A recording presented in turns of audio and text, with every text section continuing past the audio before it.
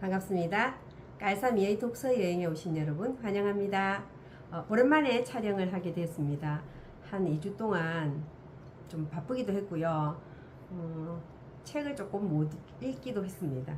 그래서 2주 만에 이제 촬영을 하게 됐네요. 그래서 오늘 제가 여러분과 함께 나누고 싶은 책은 제가 이제 공저로 책을 냈거든요. 그래서 이제 책 제목은 나의 소소한 일상이 글이 될 때입니다. 그래서 저는 저를 아시는 분은 어린 시절부터 아는 사람은 제가 정말 글을 못 쓰는 사람이었다는 걸 압니다. 근데 이제 지금 저를 아는 사람은 그렇게까지 못 쓰려고 하는 생각을 하지 싶습니다. 그래서 이제 저희 오빠가 해외 근무를 하게 됐는데 제가 직장 생활을 할 때 오빠가 애인이 없으니까 저한테 막 편지를 많이 보냈거든요. 근데 정말 답을 하려고 생각하니까 쓸 말이 없더라고요. 그래서 오빠 이제 못 쓰고 있는데 오빠는 계속 저한테 편지를 보냈죠. 저는 답을 하려고 아무리 생각해도 할 말이 없어서 어쩌고 하다가 또 그러다 보면 오빠한테 편지가 오고, 그러다가 오빠가 이제 자꾸 답을 안 해주니까 너무 화가 나서 편지지에다가 물음표를 하나 탁 보내가지고 왔어요. 그러니까 제가 쓸 말은 없고 느낌표를 탁 해서 보냈거든요. 강적이죠. 그랬더니 다음에 오빠가 편지에 집에다가 전화를 놔라 이래서 저희 집에 처음으로 전화가 들어오게 됐거든요. 그래서 제가 느낌표 보낸 덕분이기도 합니다. 전화가 들어오게 된 게. 그 정도로 글을 쓰는 거에 대한 굉장히 두려움이 있었습니다. 왜냐하면 제가 생각할 때 글은 굉장히 아름답게, 그리고 굉장히 섬세하게 이렇게 써야 된다고 생각했거든요. 그래서 우리는 어릴 때 그걸 뭐라고 표현했냐면 미사여구한다 이렇게 표현했는데, 그렇게 써야 된다고 생각을 했었습니다.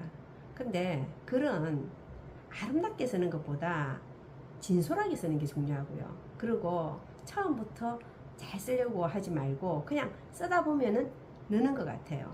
그래서 이제 제가 도서관에서 이렇게 무슨 수업을 받았냐면 책쓰기 마중물 특강이라는 수업을 받았거든요.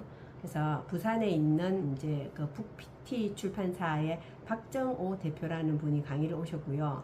그래서 그분 강의를 들으러 갈 때 저는 책쓰기 마중물이 아니고 글쓰기 마중물인 줄 알고 갔는데, 가서 보니까 책쓰기 마중물 수업이었습니다.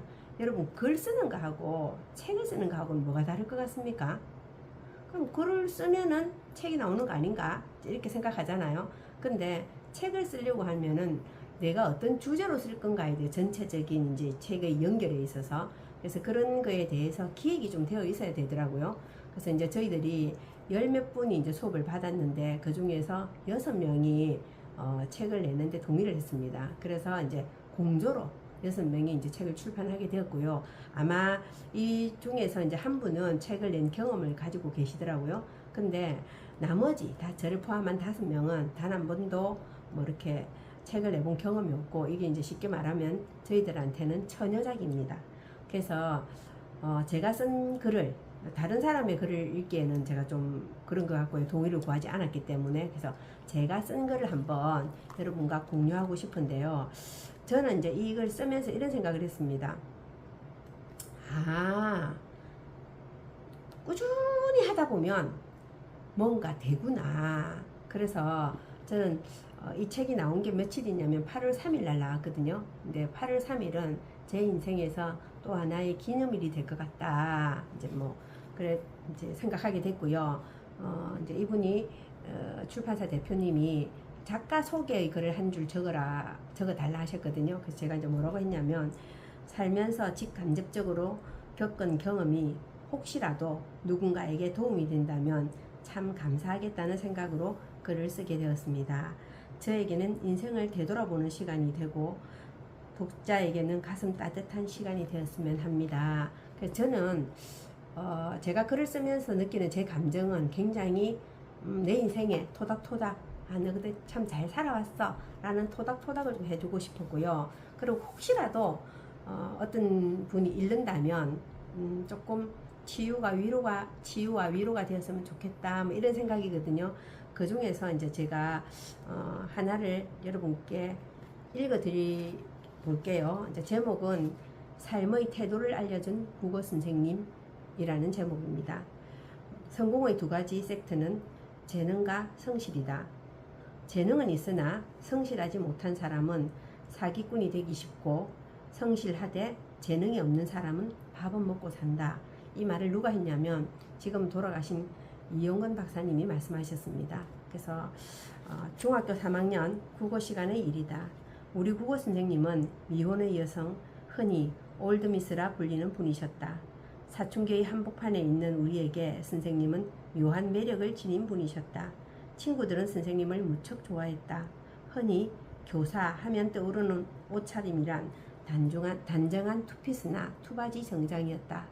단정하고 반듯하지만 세련미는 다소 부족한 스타일이다. 하지만 국어 선생님은 달랐다. 몸에 딱 붙는 원피스나 큼직한 꽃무늬가 인상적인 과감한 옷을 당당하게 입고 교단에 서셨다. 자세도 늘 꼿꼿했다. 우아하고 당찬 기운이 풍겼다. 하지만 선생님이 우리에게 매력적으로 다가온 진짜 이유는 외모 때문만은 아니었다. 선생님은 진정한 선생님다움을 가진 분이었다. 그건 다름 아닌 수업 방식과 시험 문제를 내는 방식에서 드러났다. 당시 대부분의 시험은 객관식 위주였지만 국어 선생님은 50문제 전부를 주관식으로 출제했다. 국어 점수는 25점이 만점이었고 한 문제당 0.5점씩 배점되었다. 우연이나 요행은 결코 절대 통하지 않는 냉정한 시험이었다. 그런 깐깐한 선생님에게 우리는 인정받고 싶었다. 수필이나 소설의 행간을 읽기 위해 노력했고 암기도 열심히 했다. 선생님은 수업 시간에 자주 질문을 했다.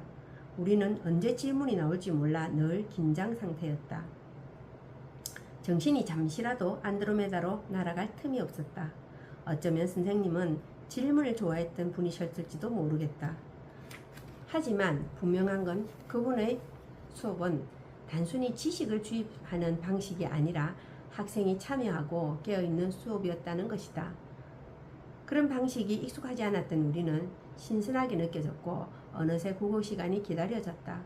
오늘은 어떤 질문을 하실까 하는 긴장감과 설레임이 동시에 있었다. 그러던 어느 날 수업 중 선생님은 평소처럼 질문을 했다. 무엇을 물으셨는지 기억나지 않지만 우리 누구도 그 질문에 정확한 답을 하지 못했다. 선생님은 교탁으로 가셔서 말씀했다. 제가 부산의 중앙여중이라는 데를 나왔거든요. 중앙여중의 호프. 이 친구의 실명은 이혜정입니다. 이혜정, 일어나서 방금 질문에 답할 수 있겠나? 전교 1등 이혜정이 자리에서 일어났다. 우리는 모두 이혜정을 바라보았다. 과연 이혜정은 선생님의 기대에 부응할 수 있을까? 그녀는 침착하게 선생님이 원하시는 답을 술술 말해나갔다. 선생님의 표정은 역시 이혜정이라는 확신이 비쳤고 우리는 자연스레 박수를 보냈다. 이혜정이 자리에 앉으려는 찰나 선생님이 다시 물었다. 너는 어떻게 공부하노? 그녀는 다시 일어나 말했다. 매일 아침 6시부터 7시까지 1시간씩 예습과 복습을 합니다. 그래? 그거 일요일에도 하나? 예. 공휴일에도 하나? 예. 교실은 찬물을 끼얹었듯 조용해졌다. 그날 우리는 전교 1등이 단 한 번도 1등 자리를 놓치지 않는 이유를 알게 되었다. 이혜정은 하루도 빠짐없이 심지어 공휴일에도 똑같은 시간에 일어나 공부를 하는 사람이었다. 그 순간 우리는 숙연해졌다. 수적천석, 물방울이 바위를 뚫는다. 적은 노력도 끈기 있게 계속하면 큰 일을 이룰 수 있다는 말에 이혜정은 그 말의 산 증인이었다. 그 시절 16살의 이혜정은 이미 세상을 살아가는 데 있어 가장 중요한 두 가지 덕목인 성실과 능력을 알고 있었던 걸까?